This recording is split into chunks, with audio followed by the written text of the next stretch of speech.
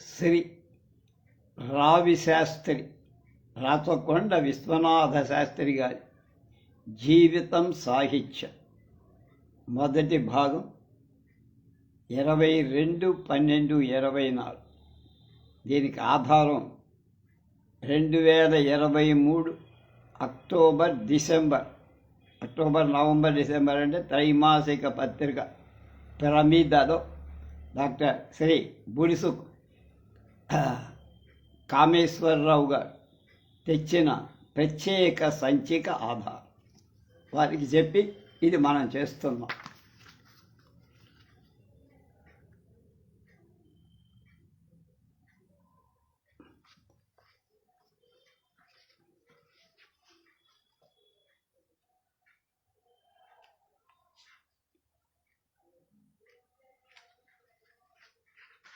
హంసధ్వని అని ఆయన ఒక ఎడిటోరియల్ రాశారు.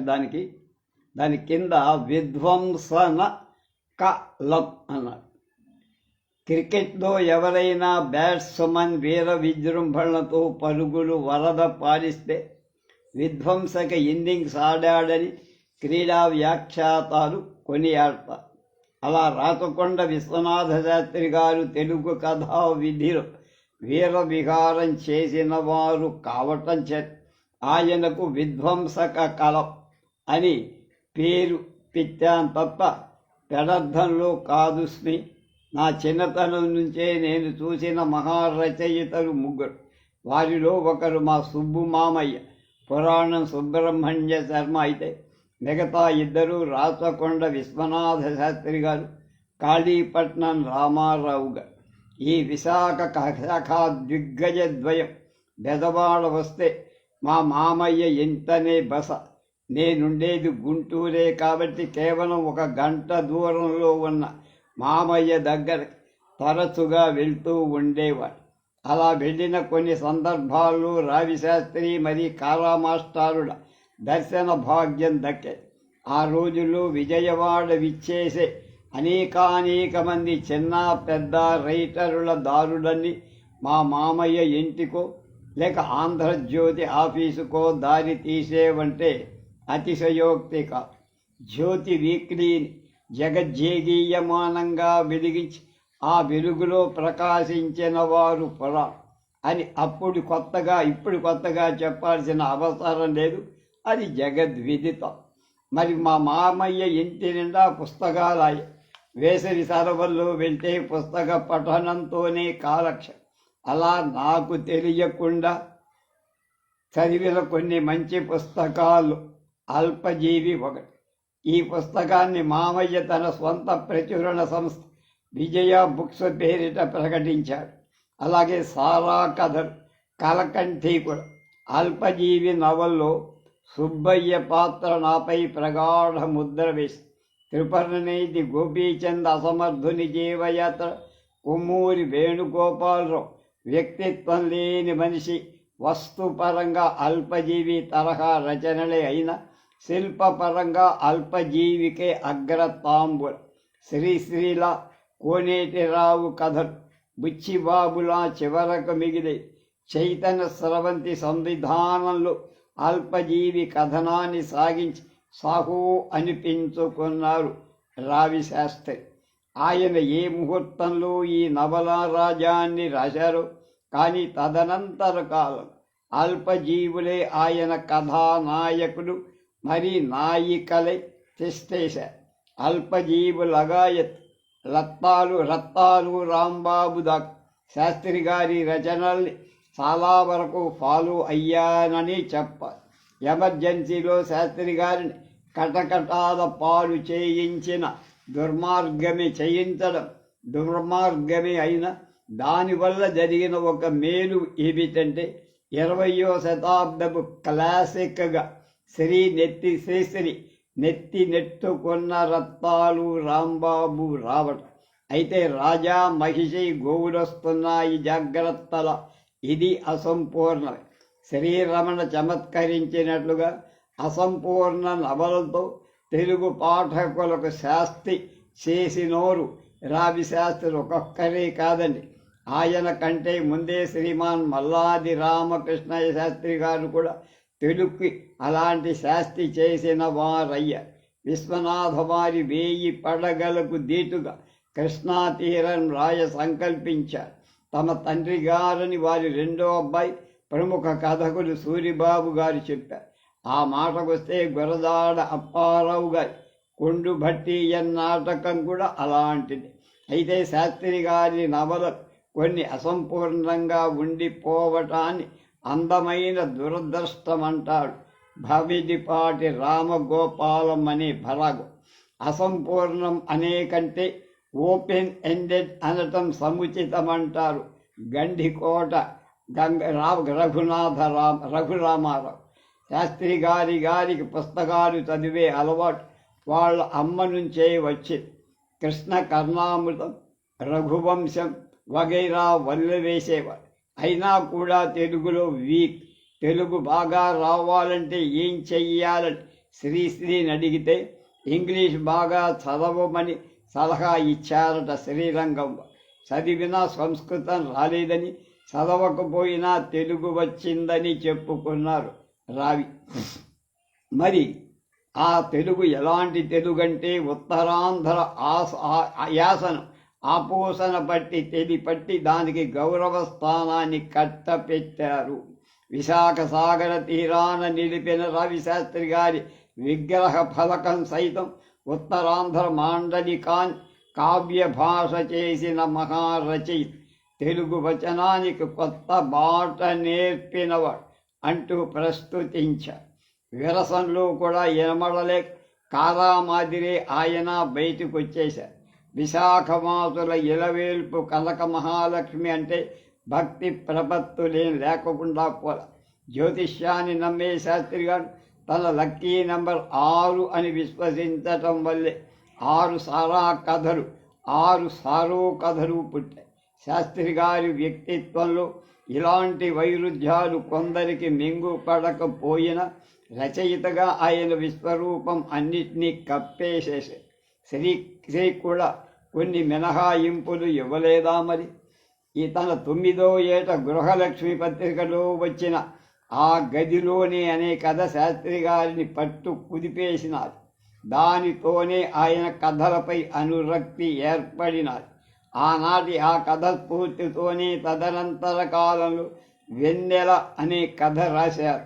అసలు శాస్త్రి గారు రాస్తున్న కథల్ని చూసి ఇలాంటి కథలు కూడా రాయొచ్చా, అలా కూడా రాయొచ్చా అని సంప్రదాయ కథకులు పాఠకులు నిబిడాశ్చర్యంతో ఆకాశం కేసి చూశారు.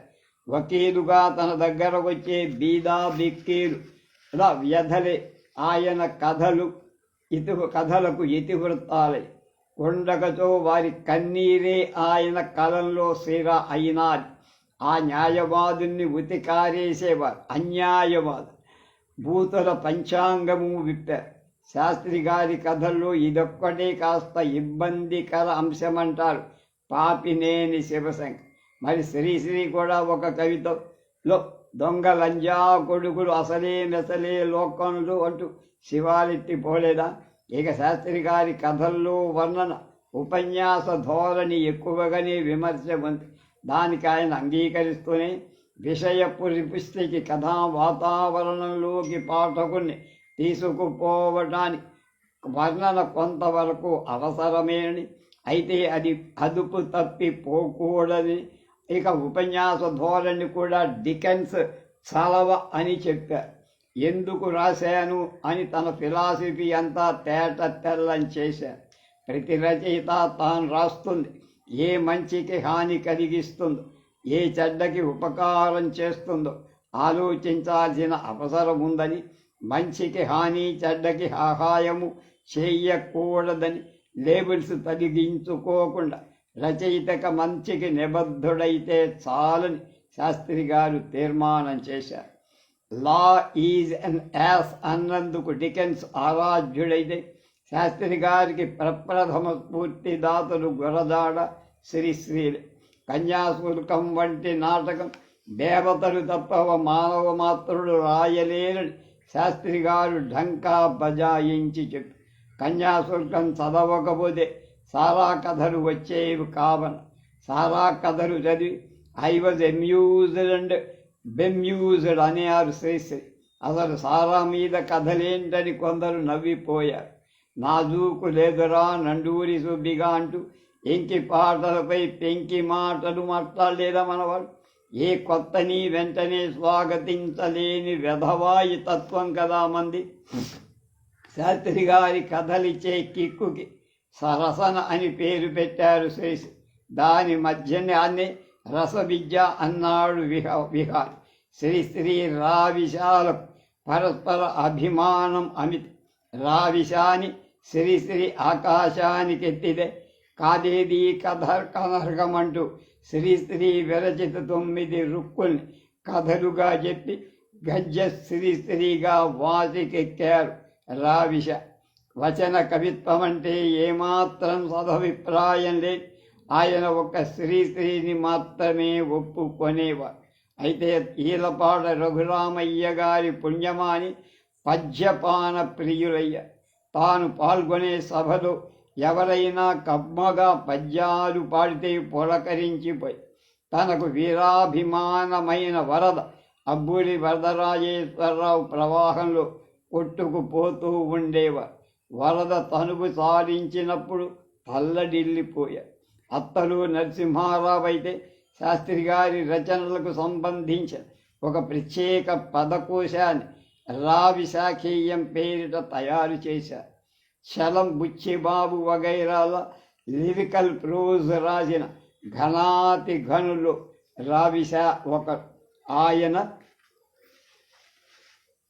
నేలుగా కవిత్వం జోడికి వెళ్ళల కాబట్టి కవిలోకానికి ఒకంత ఊరట కలిగినాది. దేవుడైనా సరే ఆయన ఎదురు పడితే నమస్కరిస్తాడని కారామాస్టార్ గురించి చేసిన మనన ఎవరైనా సరే ముందుగా రావిశాకు చేతులకి నమస్కరించాల్సింది. వ్యక్తిగతంగా సిద్ధాంతపరంగా కారా మితవాది అయితే రావిశా అతివాది, కారా గాంధీజీ అయితే రావిశా బోసుబ. ఎవరి పోరాట పడిన వాళ్ళ అన్నట్టు రావిశా బాకీ కథల కమామీషి కూడా చెప్పి తీరా. అక్షర జీవులకు సరస్వతి కటాక్షమైతే ఉంటుంది కానీ లక్ష్మీదేవి ఇప్పుడు చిన్న చూపు చూస్తూనే ఉంటుంది కదా. పాపం శమించుగా శాస్త్రి గారి కథలే పేదలంటే వల్ల మారిన ప్రేమ. మరి అలాంటి వారి వైపున ఉచితంగానే వాదించేరనుకోకండి. ఆపై ఎమర్జెన్సీలో కమ్యూనిస్ట్ అని ఆయన్ని ఇందిరమ్మ సర్కారు లోపలేసినారు. దాంతో ప్రాక్టీస్ అంతా సంకనాకి. మరలాంటి స్థితిలో ఆయన సంపాదక మిత్రుడు పురాణం గారి కొంతవరకు ఆదుకొన్నారు. జ్యోతి యాజమాన్యం చేత కొంత డబ్బు ముందే చెప్పి సదరు రుణాన్ని శాస్త్రి గారు తన కథల ద్వారా తీర్చుకునే ఏర్పాటు చేశారు. అవి బాకీ కథలయ్యాయి. ఆ పుస్తకాన్ని పురాణం వారు పీఠిక రాస్తూ లోగడ ఎవరెవరు విధంగా తమ రచనలు అప్పు తీర్చుకునేవారు ఆ చిత్తా ఇంటి బాడుగ కట్టలేక ఇబ్బందిలో ఉన్నప్పుడు వికార్ ఆఫ్ వీక్ ఫీల్డ్ గోల్డ్ స్మిత్ను ఆదుకొని దాస్తోవ్స్కీ అప్పుల పాలైపోయి రుణ విముక్తుడు కావటం కోసమై పుంఖానుపుంఖంగా నవలలు రాశారు. ఓ హిందీ పారితోషికాలు ముందే తీసుకోవడంలో అతని చేత కథలు రాయించుకునేందుకు పత్రికల వారు ప్రచురణకర్తలు క్యూలు కట్టేవారు. ఎందరో కవి పండితులు రచయితలు భారతి పత్రిక నుండి అడ్వాన్సులు తీసుకొని చల్లబెట్టడం కోసం రచనలు చేసే ఓరట. ఇక ఇల్లరికం వెళ్ళిన కవి భారవి తన అనుగుసకి ముచ్చట తీర్చేందుకు కాను కిరాతార్జునీయం కావ్యంలో ఒక శ్లోకం తాకెత్తది.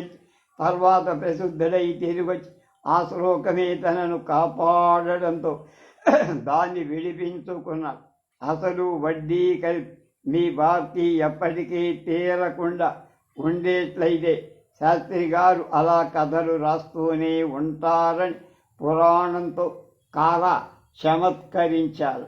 పురాణం రావిశాలకు కూడా పరస్పర అభిమానం ఎక్కువే. జాస్మిన్ రైటర్స్ పేరిట శాస్త్రి గారిపై 2 వ్యాసాలు రాయటమే కాక మధురవాణి చేత ఆయన కొన్ని ఇంటర్వ్యూలు పురాణం చేయించారు. సినిమాలకు తప్పితే మరి దేనికి విలువ ఇవ్వని తెలుగు నేల పుట్టడం శాస్త్రి గారి దురదృష్టమని వారు వక్కాణించారు. పురాణాల్లోని సీతను గురించి ఎవరికైనా తెలియకపోయినా ఇల్లాలి ముచ్చట్ల పురాణం సీతని ఎరగని ఉండరు అని శాస్త్రి గారు సర్టిఫికేట్ ఇచ్చారు. రావి శాస్త్రి గారి రచనలు పోలీసు వైర గ్రంథమాలుగా సంభావించారు చలసాని ప్రసాద్. శాస్త్రి గారి ప్రతి కథ డైనమైట్ అన్నాడు కొడవటి గంటి కుటుంబం. అస్సులు గంగా జలాలు అగ్ని సుందరిని సృష్టించిన కథకుడు అన్నాడు అజన్. మనిషిని ఆవిష్కరించిన మహాకవి అన్నాడు పతంజలి. తెలుగు డాస్టోవ్స్కీని చేశారు గొల్లపూడి. అలాగే ఉపమా రావిశాస్త్రస్య అన్నారు రావిశాస్త్రి. రచనా నైపుణి పుడిపుచ్చుకున్న ఓ జడ్జి గారి కూతురు మరో జడ్జి గారి భార్య అయిన బీనాదేవి. పీడించడానికి యముడు పంపిన స్పెషల్ టైప్ పిశాచాల్లా ఉంటారు తప్ప మనుష్యుల్లా కనిపించరని శాస్త్రి గారు మండిపడింది న్యాయమూర్తుల గురించే. ఒక్కొక్క కథ ఎత్తు నోబెల్ బహుమతి అంతని వాక్కురిచ్చారు వాకాటి పాండురంగ. ఇప్పుడు ఇవన్నీ ఎందుకు ఏకరువు పెట్టానంటే ఆ పొగడ్తల మాయలో పడిపోయి రావిశాస్త్రి గారు ఎక్కడ రాయటం మానేస్తారోనని పురాణంగా ఒక దశలో ఎంతో బెంగపడిపోయారట పాప. కానీ బాకాలకి బిరుదులకి సన్మానాలకి రావిశా ఎప్పుడూ బాలుడు దూరంలో ఉండేటో. పోలీసు, ప్లీడరు, ప్రాస్టిట్యూట్ ఈ ముగ్గురిలో వేశ్యకు తన వృత్తి పట్ల ఉన్న నిజాయితీ పోలీసులకు కానీ ప్లీడర్లకు కానీ లేదని అనగల ధైర్యం ఎవరికుంటాయి? ఒక్క రావిశాస్త్రి గారికి తప్ప. శతాబ్దాల కిందట ఒక రావి వృక్షం గౌతముణ్ణి ప్రభావితం చేసి అతన్ని బుద్ధుణ్ణి చేస్తే, ఈ శతాబ్దంలో ఒక రావి తెలుగు వాళ్ళని ప్రభావితం చేసి వాళ్ళని ప్రబుద్ధుల్ని చేసిందంటూ శ్రీశ్రీ వీరతాడు వేశాడు మెడలు. ఛత్రీ బావుకి కోటి దండ.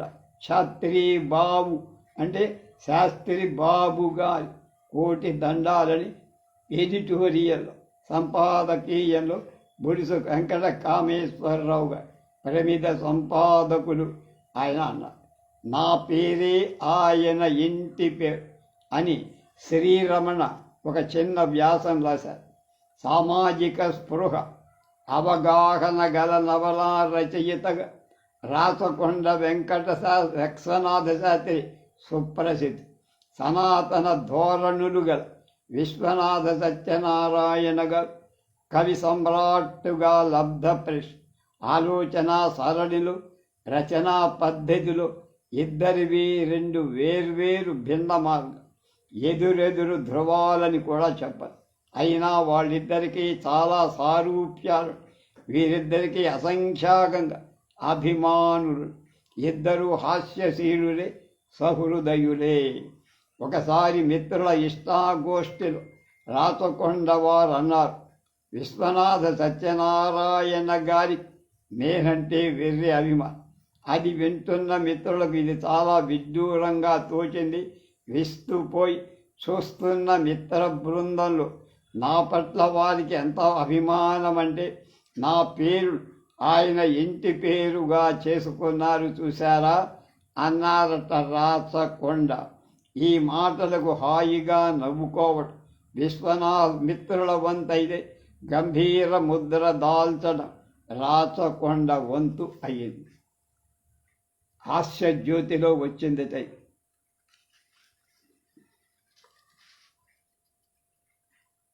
శబాస్ రావి శాస్త్రి శ్రీశ్రీ రాసింది. రాచకొండ విశ్వనాథ 61వ పుట్టినరోజు ఆంధ్ర సాహిత్యానికి ఒక పర్వదినం. భారతి మాసపత్రికలు అల్పజీవి ధారావాహికంగా వెలువడడంతో రావి శాస్త్రి సద్విమర్శకుల దృష్టి ఆకర్షించారు.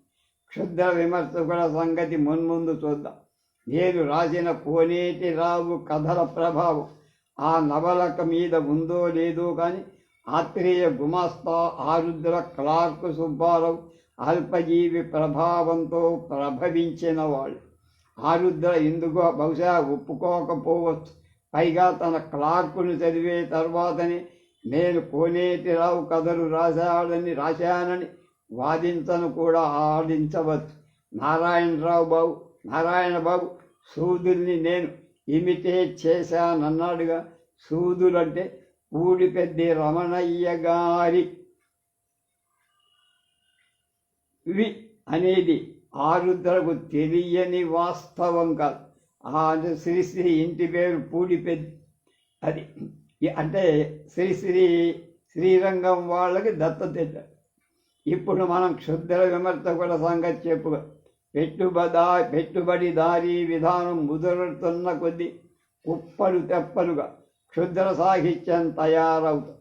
దాన్ని వెనకేసుకొని వచ్చి శుద్ర విమర్శకులు తమ వ్యాసాలతో పత్రికలను నింపేస్తున్నారు. వాటిని గుదిగుచ్చి గ్రంథాలుగా మన మీద రుద్దుతూ ఉంటారు.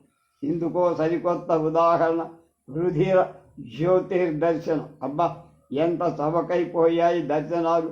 పర్వాల. గిరీశం పేర్కొన్న టొబాకో ఉపనిషత్తు మనకెక్కడ దొరక్కపోయినా ఆ దర్శనం రూటు తీర్చేయక రావిశాస్త్రి రామాయణంలో ఈ పెడకల వేట చాలి మెయిన్ రోడ్డు మీద కొద్ద అభ్యుదయ రచయితులు ఆగిపోయిన చోటు నుండి రావిశాస్త్రి ప్రయాణం ప్రారంభం. తనకంటే ముందు పోతున్న వాళ్ళ మీద బురదో రాళ్ళు చల్లడం అశక్త దుర్జనత్వానికి లక్షణం. 6 సారా కథలను అసహించుకునే వాళ్ళు ఇప్పటికీ ఉంటారు. అవి కూడా కథలేనా అన్నవాళ్ళు ఉన్నారు. మొదట్లో అలాంటి వాళ్ళ ఈసడింపు వల్ల రావిశాస్త్రి కొద్దిగా నిరుత్సాహపడ్డా. సారా కథ సంపుటానికి నేను రాసిన పరిచయ వాక్యాలు ఆ అధైర్యాన్ని సమూలంగా తొలగించాయని అనుకుంటున్నా. సమాజాన్ని 1000 కళ్ళతో కనిపెట్ట కలిగినవాడు సిసలైన రచయిత. ఆ పని ఇది వరకు కొడబడి గంటి చేశాడు. ఇప్పుడు రావిశాస్త్రి చేస్తున్నాడు. కథలు మాత్రమే రాసిన కొడబడి గంటిని ఒకప్పుడు నేను చెకోవ్తో సరిపోల్చా. నాటక రచయిత కూడా అయిన రావిశాస్త్రి ఆ పోలికకు ఇంకా అర్హుడు.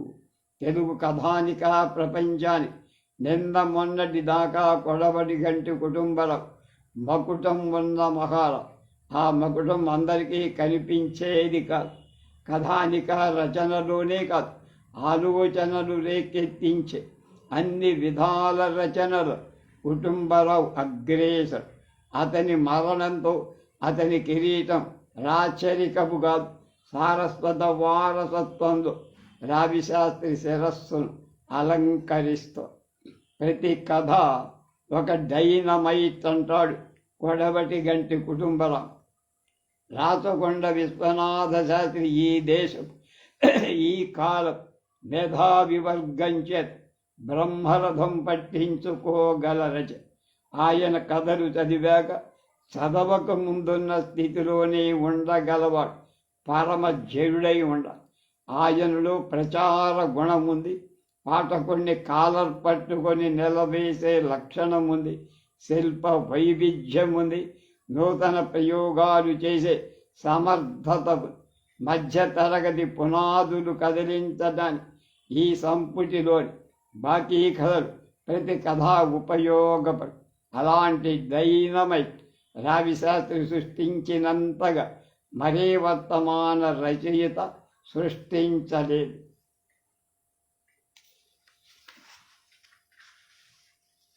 రావిశాస్త్రితో మధురవాణి ఇంటర్వ్యూలాగా పురాణం సుబ్రహ్మణ్య శర్మ గారు రాశారు.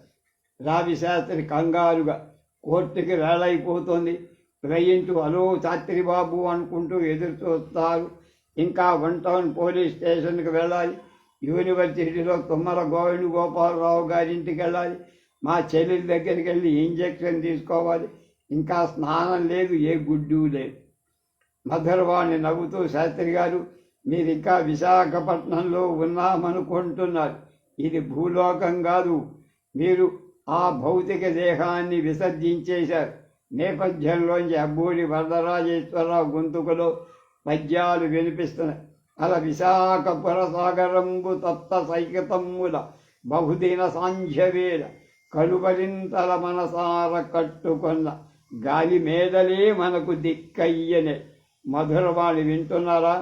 ఇవాళ మన తెలుగుదేశం ఎలా ఉందంటే, స్వీయ కుటినొకదాని ధరించి పదకులకై నానా మంత్రి పదములంటూ పద్యకర్తలు సాహిత్య వర్తకులు వేలు తిరింగ దేశాన నేటి వ్యవస్థకి కొమ్ము కాసే రావప్పంతులెప్పుడు ఉంటారు. రావిశాస్త్రి, ఇప్పుడు మనం విశాఖపట్నంలో లేమా? మధుర, మీరు స్వర్గానికి వెళ్ళనంటే సరే కదా అని ఇక్కడికి తీసుకొచ్చాను. ఇంకా వరద ఏమంటున్నాడు వినండి. ఆశలే చివురంచని శైశవాన అక్షరాభ్యాస బాధా మహాబ్ధిలోన కాలిన ఎంత నీవే నా కంటబడిది.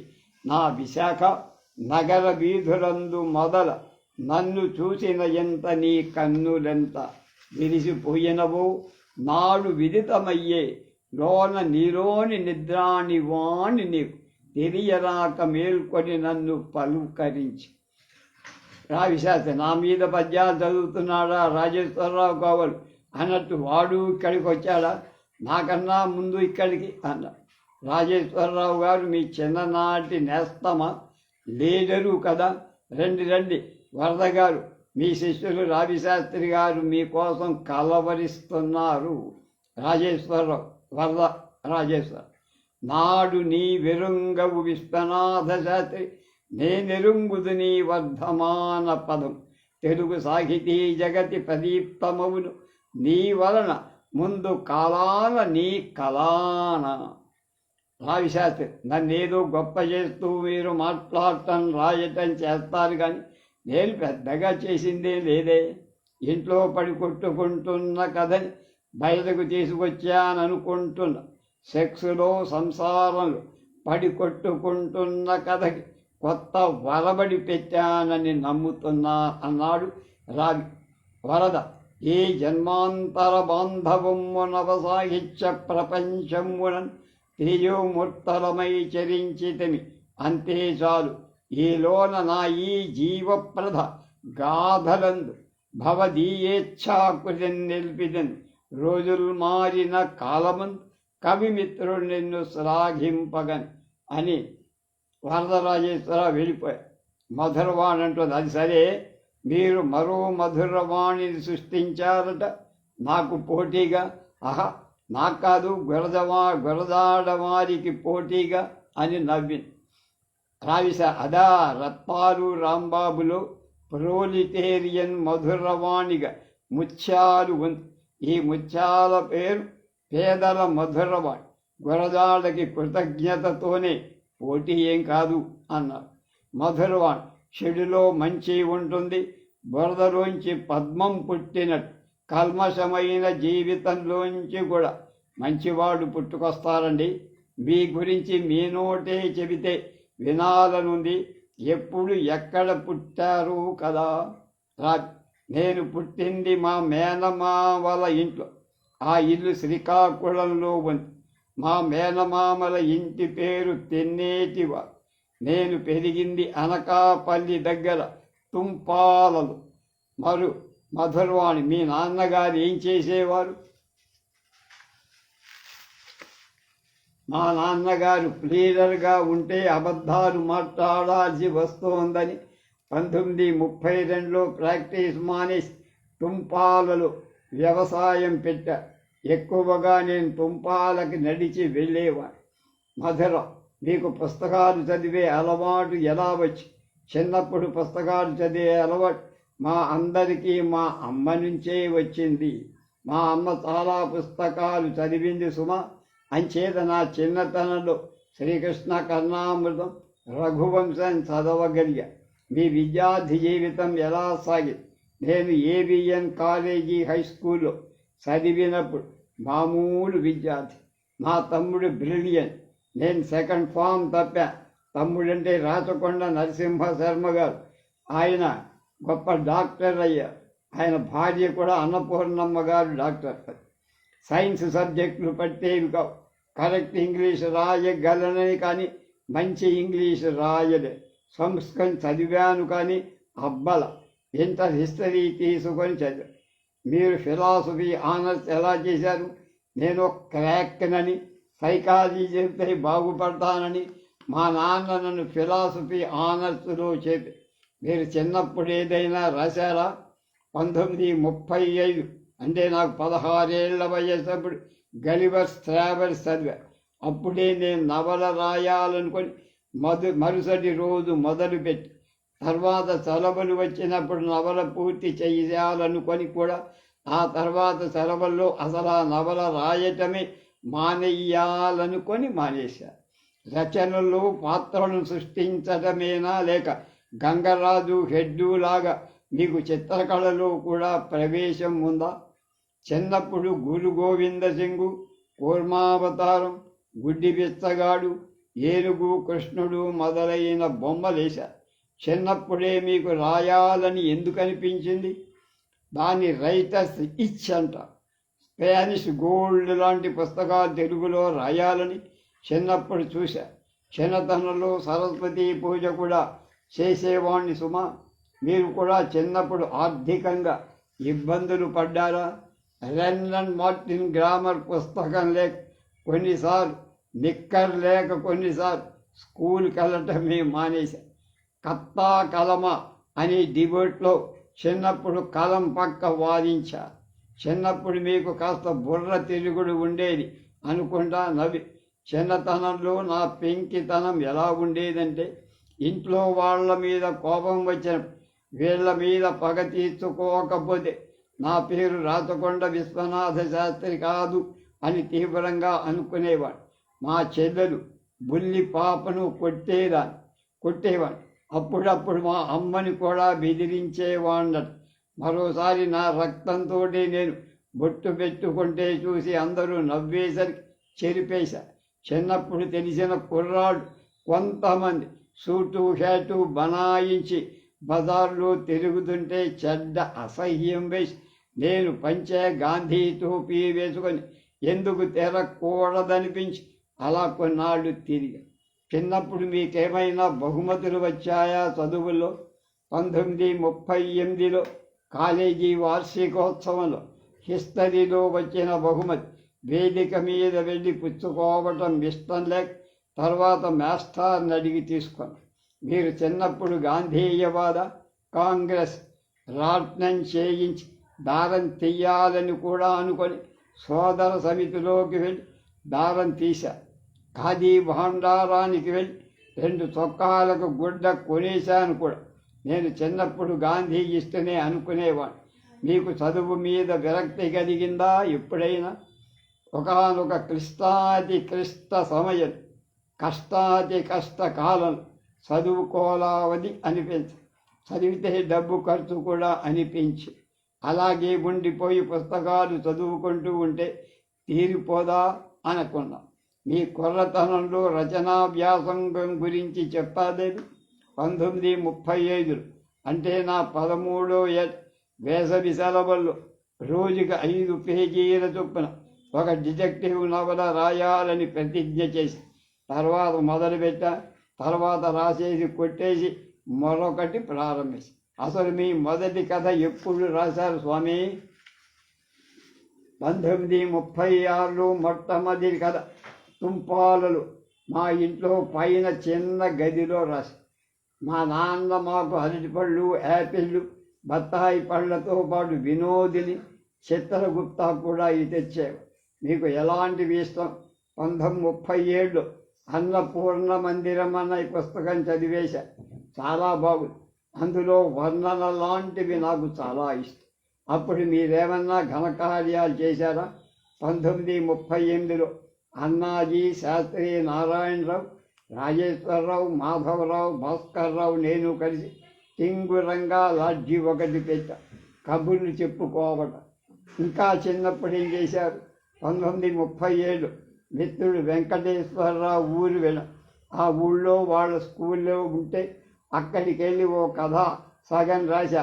దేవుడు లేడు అని ఒక కథ రాశా. అప్పుడే కొన్ని డిటెక్టివ్ కథలకు ఫ్లాట్లు వేసి లాడ్జిలో కూని అనే కథ చాలా వరకు రాశా. ఏదైనా లైబ్రరీలో చేరారా ఎప్పుడు? తుంపాలలో ఉన్న అనకాపల్లి శారదా గ్రంథాలయం సభ్యుడిగా చేరి కొన్ని పుస్తకాలు చదివా. మీ కథలు ఎవరైనా దిద్దేవాళ్ళ? నా మొదటి కథలు సుబ్బారావు మాస్టారి చేత దిద్దిందిచ్చా. కథలు బాగానే ఉన్నాయి, కానీ శైలి మరో చోట మామూలుగా లేదు, మరో చోట ఎక్కువగా ఉందని, మిస్లీడ్ అయ్యిందని అన్నారు ఆయన. ఏమన్నా అక్షయ్య 1938లో శశాంక విజయం అనే కథ రాసి ఎవరికో పంపించిన జ్ఞాపకం. ఆ ఏడాది ఆగస్టులో దేవుడే చేశాడు అనే కథ రాసి వినోదిని పత్రికకి పంపా. తెలుగు సమాధానం రాయమని అనా స్టాంపు కూడా రాచకొండ విశ్వనాథ శాస్త్రి పేరుతో ఆ కథ వచ్చాయి. నాకు తెలిసిన కొందరు అది నేను రాశానంటే ఎవడు నమ్మల. మరికొందరు ఆశ్చర్యం. వెంటనే ప్రతిఫలం అనే కథ వినోదినికే పంపా, కానీ వాడు వేసుకోవాలి. తర్వాత కామేశ్వరరావు గారి కేసు అనే డిటెక్టివ్ కథ రాసి మళ్ళీ వినోదినికే పంపా. మీరు సినిమాలు బాగా చూసేవాళ్ళ? 1938లో అనుకుంటా మాలపిల్ల సినిమా వచ్చింది. దానిలో ఒక జాతిని తక్కువ చేసి చూపించడం నాకు ఇష్టం లేకపోయేసరికి హిందూ పత్రిక ఉత్తరం రాసి పడేసి, ఒక రచయిత హఠాత్తుగా ఆకాశం నుంచి ఊడిపడు, మీరు ప్రసిద్ధులు అయి పేరు సంపాదించుకునే ముందు ఎంత సగులై ఉంటారు. పుట్టగానే మంచి కథలు రాశా, రావడమే సాహిత్య రంగంలో శంఖు కథా చక్రాలతో అవతించారు అని కొందరు ప్రగల్భాలు పడు. నేను అలాంటి వాణ్ణి కాదు. 1939లో ప్రేమ ఫలితం అనే కథ చిత్రగుప్తకి పంపా. మోడ్రన్ రత్నావళి అనే నాటకం రాయాలని చూశా. కోనయ్య అనే నవల కూడా రాశా. 39లో ఇంటర్ పాస్ అయిన వెంటనే పాతివ్రత్యం అనే కథ రాసి పడి ఈ ఏడాది ఫిలాసఫీ ఆనర్స్లో చేరిన తర్వాత ఓ కథ రాసి తెలుగు తల్లి పత్రికో దేనికో పంపమని ఓ మిత్రుడి కోరిక మీద ఇచ్చి, మీరేమన్నా సంఘాలు స్థాపించి పత్రికలు పెట్టడానికి ప్రయత్నాలు చేశారా? యువ భారతి అనే ఒక సంఘం స్థాపించి ఉషా అనే పత్రిక ప్రారంభిద్దామని చూశా. మీ కథలేమైనా పత్రిక నుంచి తిరిగి వచ్చాయా? వస్తే ఏం? శ్రీశ్రీ మరో ప్రపంచం గీతాన్ని భారతి తిరిగి కొట్టేసి ఆ రోజుల్లోనే వ్యామోహం, దౌర్భాగ్యం, చెకోవ్ గ్రీఫ్ అనే కథలు రాసి దౌర్భాగ్యం కథ ఆంధ్ర వారపత్రిక పంపుతూ వేసుకోకపోతే తిప్పి పంపమని రాస్తే అలాగే తిప్పి పంపేశారు. తర్వాత రైలు ప్రయాణం, పోరు పడలేక, స్వప్నమా సత్యమా అనే కథలు రాసి దౌర్భాగ్యం అనే కథ చిత్రగుప్తకి పంపిస్తే దానిలో పడ్డాను. ప్రేమ ఫలితం కథ చిత్రగుప్తకి పంపానని చెప్పా కదా, అది వాళ్ళ పత్రిక ప్రజాబంధులో పడ్డాను. ఆ తర్వాత ఉద్యోగం దొరక్కపోతే అనే కథ చిత్రగుప్తలో వాళ్ళే వేశారు. కథాంజలిలో మీరే ఆలోచించండి కథాంజలిలో మీరే ఆలోచించండి అనే కథ పడ్డారు. మీ బదరు అంటారు, మీకేమైనా రైటర్స్ సెంటిమెంట్లు ఉండేవా? మహాభారతం విరాట పర్వం మీద ఒత్తు పెట్టుకొని రాస్తే కథ బాగుంటుందని అలా రాసేవాణ్ణి చిన్న మధురవాడు. రాసుకున్న వాళ్ళకి రాసుకున్నంత కీర్తి రాదు. మీకు కీర్తి ఎప్పుడు పలికింది? అయ్యారే బాబారే అని ఒక నవల రాసి ఎంతో అనుమానంగా భారతికి పంపా. భారతి నుండి వీడి ప్రసాదరావు ఉత్తరం రాశారు. We have been following your stories with quite some interest అని. ఆ రోజు పొంగిపోయాను. ఆ రాత్రలా నిద్ర పట్టాల. నాకు కీర్తి వస్తుందని, నేను గొప్పవాణ్ణవుతాని ఆ రాత్రే అనిపించి ఆ నవలే అల్పజీవిగా 1953 భారతిలో 4 నెలల పాటు ధారావాహికంగా అది అచ్చయ్యాక శ్రీశ్రీ హిందూ రీడింగ్ రూమ్కి వచ్చి నా గురించి వాగపు చేస్తే మర్నాడు వెళ్ళి కలిసా. 2 గంటలు మాట్లాడు. తెలుగు బాగా రాయాలంటే ఏం చెయ్యాలని మీరు అప్పుడు శ్రీశ్రీని అడిగారట కదా. అవును. ఇంగ్లీష్ బాగా చదవండి శ్రీశ్రీ కన్యాశుల్కం చదివారా? 1957 తిరస్కృతి రాద్దామని కన్యాశుల్కం చదివారు. దేవతలు తప్ప మనుషులు రాయలేరనిపి దానిలో కష్టం గొప్పతనం అర్థమై మిమ్మల్ని ఎవరు ప్రభావితం చేశారు? శ్రీశ్రీ ఉర్రూతలూగిస్తే గురదాడు ప్రభావం చేశారు.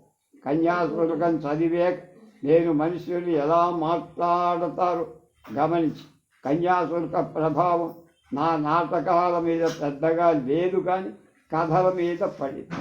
కథలు వాళ్ళు చాలా కథలు ఎలా రాశారు? వాసిరెడ్డి వెంకటప్పయ్యలను బాగా ప్రోత్సహించి కన్యాశుల్కం చదవకపోతే చాలా కథలు రాయగలిగేవాణ్ణి కాదు. చాలా కథలు 3 సార్లు రాశారు. రఫ్ ఫెయిర్ ఇలా మా చాలా కథలకి సరైన ప్రోత్సాహం లేక నిరుత్సాహపడ్డారా? అవి సంప్రదాయానికి భిన్నం. చాలా మీద కథలేమిట్రా అన్నారు. ఐ వాజ్ అమ్యూజ్ అండ్ బెమ్యూజ్డ్ అని శ్రీశ్రీ ఉత్తరం రాశారు. తర్వాత ఆయనే పుస్తకంగా వచ్చినప్పుడు పీఠకి కూడా రాశారు. పాశ్చాత్య రచయితలు మిమ్మల్ని ఎక్కువగా ప్రభావితం చేసిందెవరు? డికెన్స్ గొప్ప రైటర్. అతనికి పిక్విక్ పేపర్స్ ఇప్పటికీ నవ్వు తెప్పిస్తూ. చెహోవ్ కూడా నాకు ఇష్టం. డికెన్స్ నేను ఆరాధిస్తా. లా ఈజ్ యాన్ యాస్ అన్నవాడు నిజంగా దేవుడే. మీరు మీ అంకితాలు దేనికి ఎవరికి ఇచ్చారు?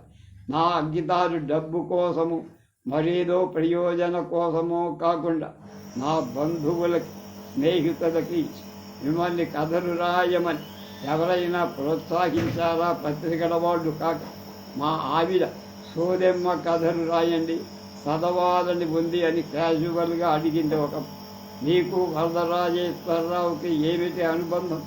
అతడు ఆనాడు నాకు బయట ప్రపంచాన్ని రుచి చూపి నాలో ఉన్న నేరో థింకింగ్ అంతా వరదే వదిలించా. అతను నా మీద చెప్పిన పద్యాలు విన్నావు కదా. మధురవాణంతో శరసాన్ ప్రసాద్ మీ రచన కొన్నింటి గురించి మీది పోలీసు వైరి గ్రంథమాల అన్నారట. మీరేమంటారు?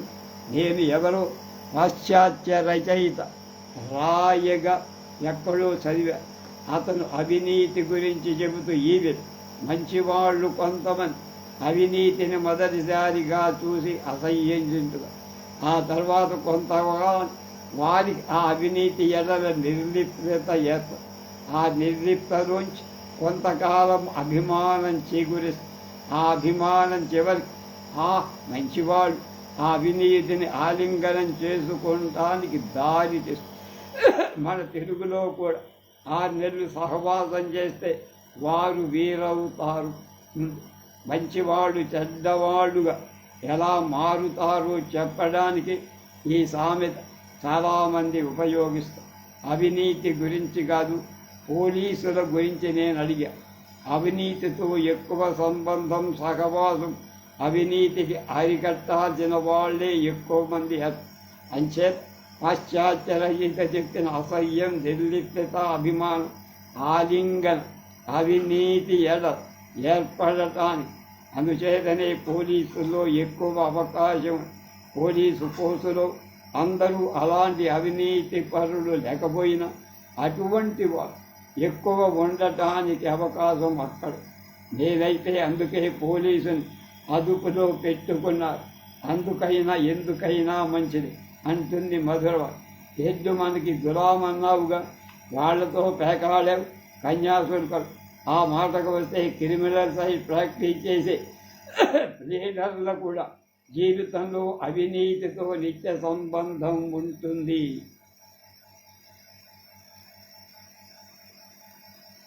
మధురవాణి. వడవడిగంటి కుటుంబరావు గురించి మీ అభిప్రాయం? ఎక్కువగా చదవలేదు, కానీ ఆయనంటే గౌరవం. మనిషిలో మంచి బ్యాలెన్స్, మిమ్మల్ని ప్రభావితం చేసిన రచనలు పానుగంటి వారి సాక్షి వ్యాసాలు బాగా ఆకర్షించాయి. మీరిచ్చే సందేశానికి ఏం లేదు, కానీ రచయిత ప్రతివాడు రాస్తున్నది ఏ మంచికి హాని కలిగిస్తున్నారు. ఏ చెడ్డకి ఉపకారం చేస్తుందో అని ఆలోచించాల్సిన అవసరం ఉందని నేను తెలుసు. మంచికి హాని, చెడ్డకి సహాయం చెయ్యకూడదని నా భావన. దారిద్ర్యం గురించి మీరేదో చెప్పారు. ఏమిటది? దారిద్ర్యం చెడ్డదని చెప్పడానికి అతి సొగసు మాటల కోసం పాకుళ్ళాడక్కల. అందులో చాలా సుఖాలున్నాయని చెప్పదలుచుకుంటే మాత్రం చమత్కారాలు, గారడీలు, మాయలు వీటన్నిటి కోసం దేవుళ్ళాడ. మీ ఇంట్లో మామిడి చెట్టు ఉండేదా? మా ఇంట్లో ఒక మామిడి చెట్టు ఉండేది. దాని మొదలు మా ఇంట్లో కొమ్మలు బయట. ఆ చెట్టు కింద ఓ ముసలమ్మ మొక్కజొన్న పొత్తులు, తినుబండారాలు అమ్ముకొని జీవించి అక్కడ సిటీ బస్సు కోసం కాలేజీ కుర్రాళ్ళు చేరేవారు. అలా చేరిన స్టూడెంట్లు మా ఇంట్లో ఆడపిల్లలకు సైట్లు కొడుతూ ఉండేవారు. అది చూసి విసిగెత్తి ఒకసారి నేను ఆ చెట్టును కొట్టేద్దామనుకో. అది ఎంత చెడ్డ ఆలోచన తర్వాత తెలిసి ఆ విషయం మీద కథ రాద్దామని చూశాను. అరటి చెట్టు లాంటి ఆడది అని రాశారు కదా, అదేమిటి? అదా చెప్తా. ఒక కథలో ఒక తల్లి ఒక బిడ్డను కని చనిపోదు. అప్పుడు ఆ తల్లి అరటి చెట్టు ఆడదు. అరటి చెట్టు ఒకటే గెలవేశాక చెట్టును కొట్టేస్తుంది. కొడుకునిచ్చి మరణించిన స్త్రీని గురించి అలా రాసి. మీకు కమ్యూనిజం తీర్థం ఇచ్చింది ఎవరు? మొదట వాసిరెడ్డి వెంకటప్పయ్య, తర్వాత ఆకెళ్ళ కృష్ణమ్మ. శ్రీరంగం రాజేశ్వరరావుని మీరు డిస్కవర్ చేశారా? ఒక కథల పోటీకి మా అమ్మ కథల్ని ఎంపిక చేసి అప్పుడు రాజేశ్వరరావుకి బహుమతి వచ్చింది. ఆ రోజుల్లో మీకు నచ్చిన యువ రచయితలు ఎవరైనా ఉన్నారా? శ్రీరంగం రాజేశ్వరరావు, ఎస్ఎస్ ప్రకాశరావు ఇద్దరు ప్రమాదంలో పోవటం మన దురదృష్టం. రఘురామయ్య అంటే మీకు ఇష్టమా? రావి. అవును. శ్రీకృష్ణుడి వేషంతో కర్ణుడితో రహస్యంగా ఏ సతి వహ్నిలోన జనియింతును అన్న పద్యం చాలా నెమ్మది అందంగా చదువుతూ నేనప్పుడు స్టేజి మీద ఆయనకు పాదాభివందనం చేసే గీలవాడకు. నాకు తెలుగు పద్యం అంటే ప్రాణం. మీకు ఇష్టమైన కవి పూర్వీకులలో ఎవరు? భోజ్యం. ఆయన కాళహస్తీశ్వరలో పద్యం సాగిస్తారు. తెలుగు పద్యం తెలుగువాడి తెలుగు పద్యం లాంటిది మరెవరికి లేదు. సార్ బిఎస్ శర్మ గారు మీకేమవుతారు? వరుసకు నేను వారి మనవండి. గోవులొస్తున్నాయి జాగ్రత్తలు. రాజయోగి పెదనాయన క్యారెక్టర్ ఆయన. మీ రచనలో వాడిన విశాఖమాండ్యులకు చాలా ప్రజాదరణం పొంది బాగా పరిచయమని ప్రజలు ఇవాళ అర్థం చేసుకోవడానికి ఏం శ్రమ పడక్కల. కన్యాశుల్కంలో విశాఖ భాష ప్రజలకు పరిచయమైంది. శ్రీశ్రీ అట్టడుగు వర్గం ప్రజల భాషలో సాహిత్యం రావాలని ఆశించారు. నేను కొంతవరకు బీద ప్రజల భాష సారా కథల్లో ఇంకా కొన్ని రచనలు చేసి అట్టడుగు పేదవర్గం ప్రజల భాషలో సొమ్ములు పోనాయండి రాశా. మా వైపు పశువుల్ని సొమ్ములంటారు. విశాఖ రచయితల సంఘంలో సభ్యులందరి చేత నేనెందుకు రాస్తున్నాను అని వ్యాసాలు రాయించారు కదా. అవును, ప్రతి రచయిత తానెందుకు రాస్తున్నాను అనే ప్రశ్నకు జవాబు చెప్పుకోగలగాలని నా ఉద్దేశం. అతను ప్రజల పక్షాన ఉంటాడా, వారి శత్రువుల పక్షాన ఉంటాడా అని ముందు తేల్చుకోవాలని నాది. మీ పూర్వీకుడు ఏ ప్రాంతం నుంచి వచ్చారు? గురుభట్ల గారని మా పూర్వీకుడు రాచకొండ నుంచి తుంపాల వచ్చారు. పూర్వం తుంపాల ఒక బుద్ధిస్టు క్షేత్రం. మీరు చివరలో అనారోగ్యంతో రాసిన ఇల్లు గురించి చెప్పండి.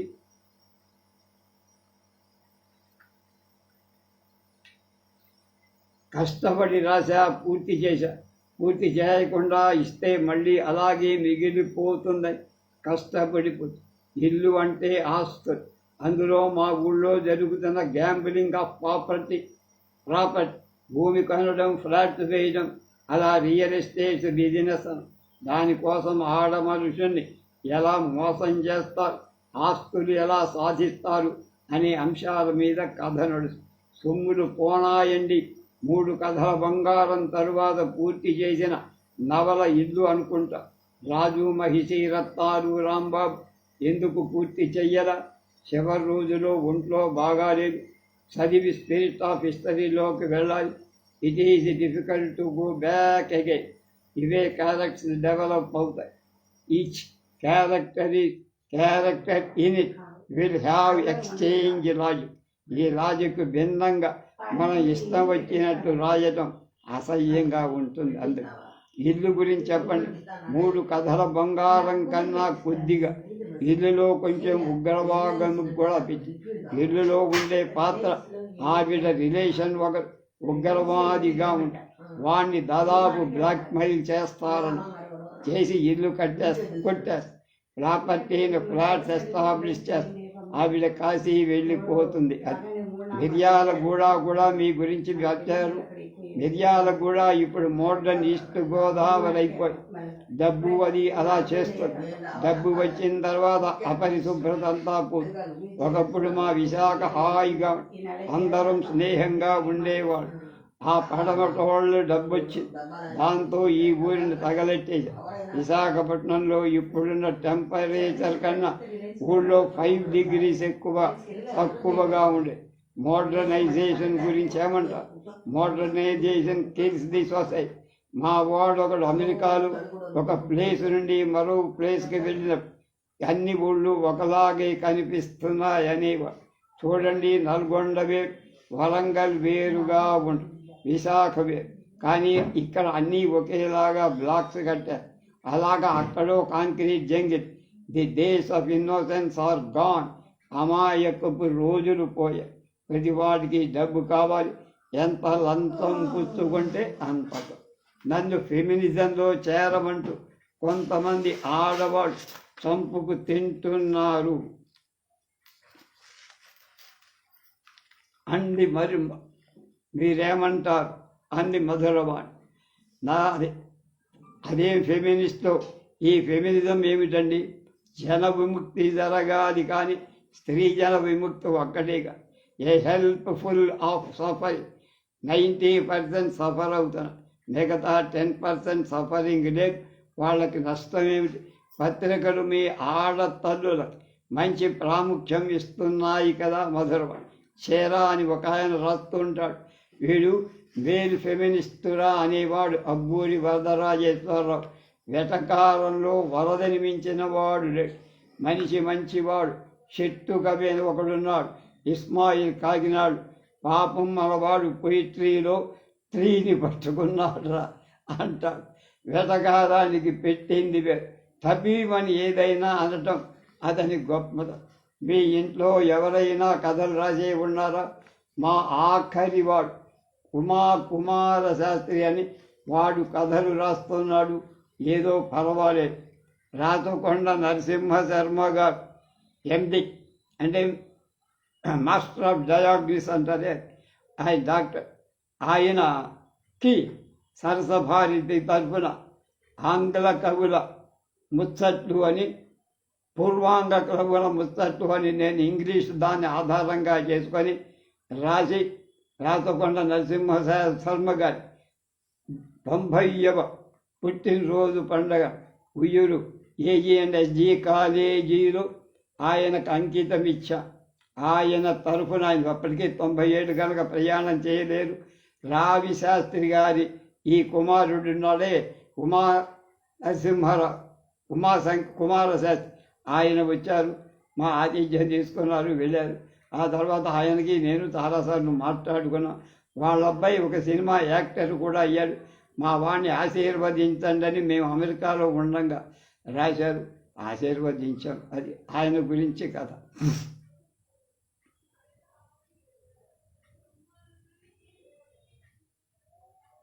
నేను చదవను.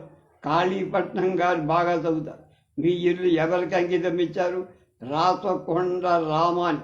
నా మిత్రుడు హనురావు కుమార్తె అమెరికాలో విమాన ప్రమాదంలో చనిపోయి ఆ పిల్లకిచ్చాను అభిమానం.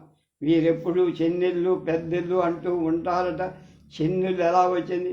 నేను తటవర్తి రామం అనే ఆవిడను ద్వితీయం చేసుకొని ఆవిడ నాతో కాపురం చేసి my both wives and good looks are good cooks. హఠాత్తుగా ఆవిడ కాలధర్మం చెందింది. రాత్రులక్కడ, ఉదయం పెద్దింట్లో ఉండేవాడు. ఈ కథ హఠాత్తుగా ముగిసేది. రామంగారి గురించి కొంత చెప్తారా? The advantages of disadvantage of remarrying a second women. రాద్దామనుకున్నా ఆవిడ డీప్ రిలీజియస్, భక్తి ఎక్కువ. ఈవిడ లాయర్, పబ్లిక్ ప్రాసిక్యూటర్ కొన్నాళ్ళు చేసింది. సత్యసాయి బాబా భక్తురాలు. దుర్గ గుడికి, విజయవాడ వెంకటేశ్వరుని చూడటానికి, తిరుపతి సత్యబాబా గారి కోసం పుట్టబర్తికి వెళ్ళి వస్తూ ఉండేది. బాగా పాడుతుంది, శ్రీశ్రీ గేయాలు పాడు. హనురావు గురించి చెప్తారా? హనురావు మన దేశంలో పెద్ద స్టాటిస్టీషియన్. అతను విదేశాలకు టూర్కి వెళ్ళినప్పుడు కన్యాశుల్కం కాపీ ఒకటి కూడా తీసుకెళ్ళాడు. తర్వాత నా రచనలు కూడా చదువుతుంటానికి తీసుకెళ్ళాడు. మంచిది. ఒక సన్నివేశాన్ని ఉద్వేగభరితం చెయ్యాలంటే తప్పనిసరిగా కవిత్వాన్ని చొప్పించాలా? నా కథల్లో పదాల ఎంపిక, వాటిని వరుసగా కూర్చే పద్ధతి, ఇవన్నీ నేను వచనంలో కవిత్వం కోసం ప్రయత్నిస్తున్నాననే భావన కలిగించాయి. వాక్యం రసాత్మకం, కావ్యం అన్న. అలాగే నా కవితాత్మక రసాత్మకమైన వాక్యాలు నా రచనలో పుష్కలంగా ఉన్నాయి. వాటిలో కొన్ని తిరుపతినేని శ్రీనివాస్ ఓ పుస్తకం వేశారు. అలా కథా రచనలు కవిత్వానికి దిగడ ఒక రకంగా రచయిత బలహీనత అని ఆధునిక విమర్శకులు అంటారు.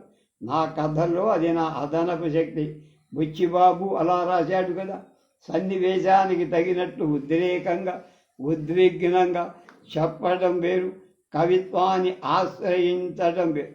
కవిత్వం జోలికి పోకుండా కూడా రాయొచ్చునని కొడవటి గంటి కుటుంబరావు గారి రచయితలు నిరూపించారట. కుటుంబరావుది మ్యాటర్ ఆఫ్ ఫ్యాక్ట్ నెరేషన్, నాది పోయటికల్ నెరేషన్ అని నాటకాలైన ధోరణి. మీకు నచ్చితే చదవండి, లేదా మానేయ. మీ రచనలో సిద్ధాంతాలు వల్లిస్తారా? నా రచనలో సిద్ధాంతాలు వల్లించ. నా ముందు మాటల్లో నేను ఫలానా విధంగా నమ్ముతున్నా అంటా, కానీ మిమ్మల్ని నమ్మనమని, నన్ను ఫాలో అవ్వమని వేధించి. నాకు చాలా సోషల్ కన్విక్షన్స్ ఉన్నాయి. నా విశ్వాసాలు నేనెప్పుడు రచనలో వల్లే వేయ. జీవిత సత్యాలను ఉన్నది ఉన్నట్టు కళా భాషలో చెబుతాను. నిజం నాటకంలో ఏం చెప్పారు? ముందు మాటలు చెప్పానే, పేదవాళ్ళని బాగు చెయ్యటానికి పెద్దలెవ్వరూ ఏం చెయ్యటం మాత్రం కనిపించట్లేదు. దేవుడు చెప్పిన న్యాయాన్ని నిలబెట్టేందుకు మౌల్వీలు, బిషపులు రోజు ఉపన్యాసాలు ఇస్తారు. కానీ ఏ పాపం ఎరగని వాళ్ళు జైళ్ళ బయట కూడా మగ్గుతూనే ఉన్నారు. పాపంలో పెరిగిన పెద్దవాళ్ళు ఎన్ని పాపాలు చేసైనా సరే పెద్దవారు కానీ, ప్రభువులు కానీ, అంటే పాలకులుగా ఉంటారు. ఈ పరిస్థితిలో ఈ సంఘంలో పేదవాడి న్యాయం దొరకదన్నా లేదు. ప్రచారానికి, పురస్కారాలు వీలైనంత దూరంగా జీవించారు. సాహితీ పరుడు మీరు అన్నారు. అశ్రు గంగా జలాల్లో అగ్ని సుందరిని సృష్టించిన కథకుడు కూడా అన్నారు. మీరు అలాంటి వాళ్ళు, అజంతా మీరు అలాంటి వాళ్ళేనా? ఊరికే అలా అంటున్నారా? అంతా యూనివర్సిటీ పురస్కారాలు నిజంగా రాలేదా? అకాడమీ అవార్డులు కూడా రాలేదా? రాచకొండ విశ్వనాథి శాస్త్రి కథ అన్నదానికి ఆంధ్రప్రదేశ్ సాహిత్య అకాడమీ 1960లో బహుమతి ఇచ్చి, అది నా చిన్ననాటి తొలి కథలకు వచ్చిన తర్వాత నేను దేన్ని తీసుకోవాలి. నేను గిడుగు రామ్మూర్తి పంతులు గారి కళా ప్రపూర్ణ ఇవ్వడం నా కళ్ళారా చూసి తరించా. తర్వాత నాకు అదంటే గొప్ప భయం పట్టు. వారెక్కడా మనవెక్కడా అనిపించి ఆ బహుమతిని సాలూరు రాజేశ్వరరావు గారికి ఇమ్మన్నా ఇచ్చాక చాలా ఆనందించి, విజయనగరం వాళ్ళందరినీ రామప్ప పంతులని ఎక్కిరించారట మీరు. అలాంటి వాళ్ళు అక్కడే తారసపడు. తెలివైన వాళ్ళమని గడుసుగా ప్రవర్తించబోయి తెలివి తక్కువగా నటించారు. విశాఖ మాండలికమని, భాష అర్థం కాదని వాదించే వాళ్లతో మీరేమంటారు అంది మధురవాణి. నా అభిమాని అత్తలూరి నరసింహారావు రావి శాఖీయమని ఒక ప్రతిపదార్థ పదకోశం వేశాడు నా రచన. అది ఒక రకమైన సన్మానం, గౌరవం నాకు. ఏ రచయితకి బతికొండగా జరగని సత్కారం. మీకు కలం పేర్లు చాలా ఉన్నాయంట, నిజమా? ఏదో సరదా చాటునున్న ఇంకిని సభకు అన్నట్టు నన్ను భారతి వారు అల్పజీవితో బయట పారేశారు. అంతకుముందు జాస్మిన్, కాంతా, శంకరగిరి, గిరిజాశంకరం, గోల్కొండ రాంప్రసాద్, అంజానా వంటి కలం పేర్లతో రాసేవాడు. దానివల్ల ఏమిటి ప్రయోజనం? మనం రాసింది ఫలం. మనం ఫలానా అని తెలియకపోతే మన ఎదురుగా మన కథల గురించి ఏం చెప్పుకుంటా? స్వేచ్ఛగా తెలుసుకో. కలం పేర్ల వల్ల నష్టమేం లేదు. మీ మీద మీకుండే అసహ్యం కొద్దీ కొంత రచన చేశారన్నారట, అవునా? మనిషి తానెవరు, ఎటువంటి వాడు తనకు తెలిసినంతగా మరొకరికి తెలియడానికి అవకాశం లేదు. చదివినా నాకు సంస్కృతం రాలా, చదవకపోవడం వల్ల తెలుగు వచ్చి ఏదో రాసేశారు. మీరు నటిస్తారా అని మధురవాణి అడిగితే, తిరస్కృతి అని కొత్తపేట రాజిగాడుగా, నిజంలో ప్రాసిక్యూటర్గా ఎన్నోసార్లు నటించి, కన్యాసుగల్కల్లో మున్సబు నాయుడుగా ఓసారి నటించి నన్ను గురజాడ పానుగంటి ప్రభావితం చేశారు. దృశ్య కావ్య మెరుపు మెరిసింది కథ ఎప్పుడు రాశారు, ఎలా? కథ వెనుక కథ ఒకసారి ఆ కథ ఎందుకు రాశాను చెప్పటానికి ప్రయత్నించి అనామికలో కాబో చాలామంది యువతులు 30-35 ఏళ్ళ వచ్చేదాకా అవివాహితులుగా మిగిలిపోతున్న పెళ్లి ఒక వ్యాపారంగా మారి యువతుల జీవితాలు చిచ్చు రేపెడతారు. పెళ్లి కాని మధ్యతరగతి యువతులు మధురోహల్ ఆశ నిరాశని ఈ కథలు చెప్పారని 30 ఏళ్ల క్రితం ఈ కథ రాసినా ఇప్పటి పరిస్థితులు ఇంకా ఘోరంగానే ఉన్నాయి.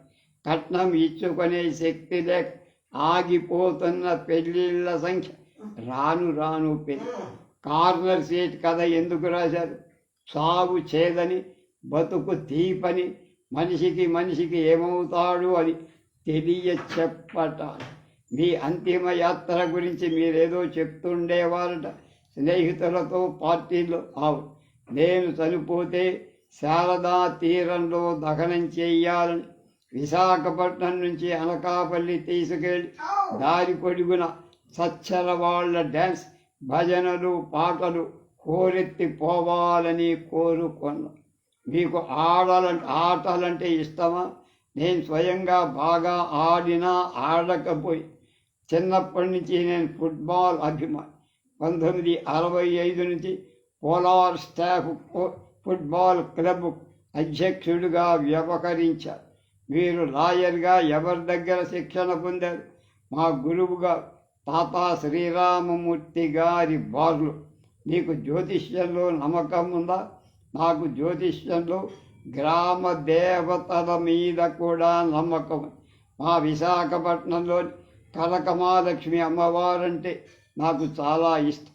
మీరు 6 సారో కథలు, 6 సారా కథలు 6 నంబర్తో రాయటానికి కారణం న్యూమరాలజీ ప్రకారం 6 నాకు లక్కీ నంబర్. కొన్నాళ్ళు మీరు విశాఖపట్నంలో లేరట, కారణం హరిహర్లో 2 ఏళ్ళు మిలిటరీ అకౌంట్స్ డిపార్ట్మెంట్లో పనిచేశారు. ఆనర్స్ అయ్యా. ఆ వాతావరణం సరిపడక రాజీనామా చేసి క్రిమినల్ లాయర్గా తాతా శ్రీరామూర్తి గారి దగ్గర చేరి డెవలప్ అయ్యి మన రచనలు చేసిన వాళ్ళని చేరుతున్నాయంటాయా? మన దేశంలో పెద్ద త్రాయి. ఎవరి గురించి రాస్తున్నాము వాళ్ళకందరు. బీద ప్రజలు మనల్ని ఫాలో కాలి, మెసేజ్ అక్కర్లేని వాళ్ళకి పెడతారు. విరసంలోంచి మీరు రాజీనామా చేశారా? వారి రూల్స్కు నేను తట్టుకోలేకపోయి ఎమర్జెన్సీలో జైల్లో ఉన్న రాజీనామా చేసి. అయినా నా రచనలు ఎప్పుడు పీడిత ప్రజల పక్ష పెద్దలు మాట్లాడుకునే భాషలోనే కాక పేదల భాషలో కూడా కవిత్వం ఉంటుందా అని మధురవాడి అంటే, నా చిన్నప్పుడు ఒక వెన్నెల రాత్రి పొలంలో పడుకున్నప్పుడు మా పాలేరన్నాడు, ఎన్నెలా నా కన్నతల్లి పేదవాడి దీపమాన్, ఎంతకంటే చక్కగా ఎవరు అనగలరు? ఆశ్చర్యపోయా. ఒకసారి మా ఆఫీసు గేటు వద్ద ఒక బీద పల్లెటూరి ఆడమనిషి నిలబడి ఉంది. ఆమెను పలకరించాలని బుద్ధి పట్టి, అమ్మా నీకెవరు లేరా అని అడిగా. దానికి ఆ బీద తల్లి, లేకేమి, పైన ఆకాశం కింద భూమి, ఆ మధ్య నీలాంటి పెద్ద మనుషులు అని. ఇందులో కవిత్వం లేదనగలమా? మీరు పాడతారా మధురవాడు? కొన్ని జానపద గేయాలు పాడాలనిపించేంత ఇష్టం. నవ్వుతూ ఊరూరి బండివాడ, వగలమారి బండివాడ. మధురవాణి ఇంటర్వ్యూ. ఇది 1994లో పురాణం సుబ్రహ్మణ్య శర్మగా రాసినటువంటి. అలా చాలామంది ఇంటర్వ్యూ లాగా రాశాడని. రావి శాస్త్రి దంపతులు వీళ్ళు.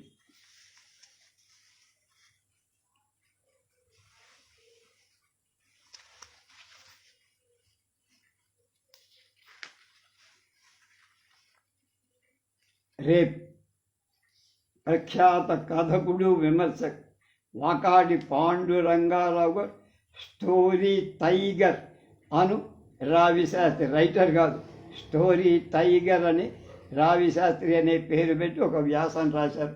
అది రేపు చూద్దాం.